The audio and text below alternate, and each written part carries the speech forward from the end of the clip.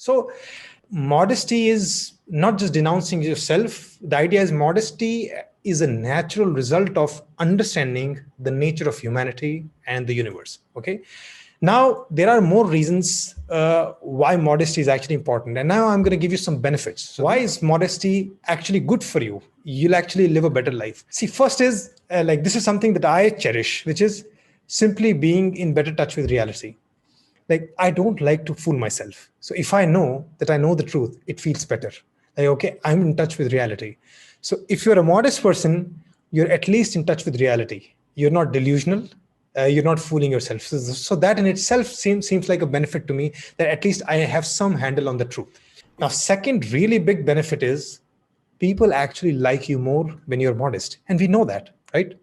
Okay. So if you really want credit for your goodness, it helps to speak realistically and then ultimately leave it to other people. You can talk about realistically. So if you've really done something good and you talk about it realistically, people can take that. But if you go too far into it, if you talk too much, then you're going to lose out on all the credit, because it's just not going to help. And ultimately people will dislike you. They would not want to associate with you that much. So modesty can help you be liked. It can help you build better relationships. Then it can help you cooperate better, right? You can learn more, you can cooperate more, because when you're modest, you're recognizing that I'm limited. My abilities are limited. My worldview is limited. So this gives like space for other people to come in now, and now you can do something together. Because if you're very egoistic, if you know that I know everything, it's almost impossible to cooperate with somebody. How will you compromise? How will you take into other people's worldview into account? And this actually makes you stronger, because any single person can be irrational, but when we all come together, when we look at one problem from different point of views, we actually become wiser together. We create more knowledge together. Together, we are more reasonable, right? So this is why you actually become smarter when you are modest. You learn more, you cooperate better. So, and that's so important for your life. And next benefit is, when you are modest, it actually has an immediate impact on the other person. So you can recall your own interactions with egoistic people. Think of somebody egoistic. You're talking to them and they're acting like, I know everything. It's all about me. I'll decide everything. The moment they do it, what is the reaction in you? You know what? Now I'll show you. Now, even if you make sense, I won't listen to you because you're being so egoistic. Now I'll show you. Ego tere mein, ego main dikhata hu. Like I have ego too. So what is the idea there? Whatever you do has a reciprocative effect on other people. So if you actually want to influence people, if you actually want to deal with them better, if you're modest, it will influence some modesty in them too. They will also tone themselves down, at least to some degree, not completely, but to some degree. So your influence on other people, whatever you're doing, that actually becomes better. So that's also why modesty is a better way. Okay. And when you're modest, a great thing happens is, and you must have noticed this in your own life, others lift you up. So it's like, and some people do it intentionally, which sometimes becomes fake modesty. Oh, no, I'm nothing. Oh, I cannot do anything in life. Then somebody else will say, oh, no, you are really good. It was amazing. No. Oh, look, you know what? I make terrible food. No, you make really good food. So some people go too far with it, which is fake modesty. But it works, right? It works because the moment you put yourself down, the other people actually come back and they come to lift you up. We don't want that. But what we want is realistic modesty. So if you're realistically modest, then people still will come and lift you up if there is something real that you're offering, if you're actually doing something good. So, and that's what we have to aim for. Realistic is the term. No pretentiousness, nothing fake, not deluding yourself. Okay. And to speak it in a bit of spiritual or metaphorical term, so when you're egoistic, it's like you're creating walls with other people. Like you're making yourself tighter.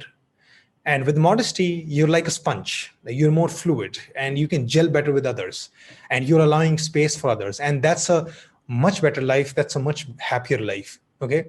So these are some of the benefits of modesty. And before that, there's one more reason why modesty is better than egotism and normalization is better than idealization, and which is the viability. What I mean by viability is that ultimately, whatever values that we adopt in our lives, they must be scalable. Scalable means that if everybody else also acted on similar lines, what would the world look like? Now, this is such an important question. If you ever want to think about your own behavior and want to judge yourself or evaluate whether it's good or bad, ask this question. It's such a great litmus test. Whatever I'm about to do, if everybody else started doing it, what would the world look like? Would it be a better place or worse? So when you ask this question and ask it for this modesty versus egotism, you have an immediate answer. The whole world can be modest and we can still have a happy place. In fact, it will be much happier. But if everybody on earth became very, very egoistic, what would the world look like? Would it even survive?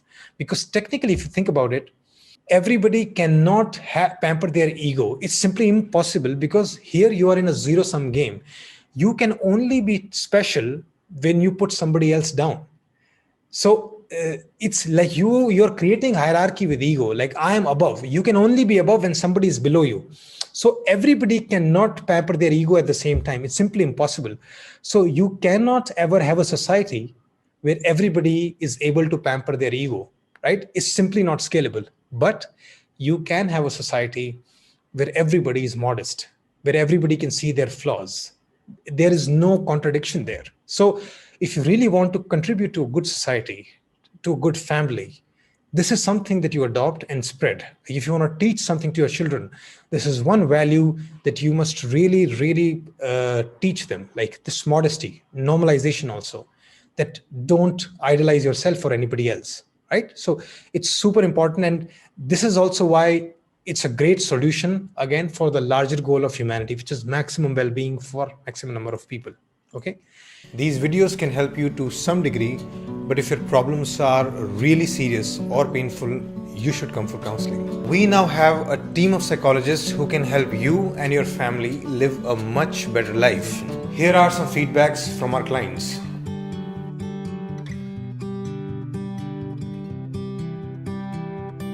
If you wish to take counseling from us, go to our website page www.shridharlifeschool.com/counsel.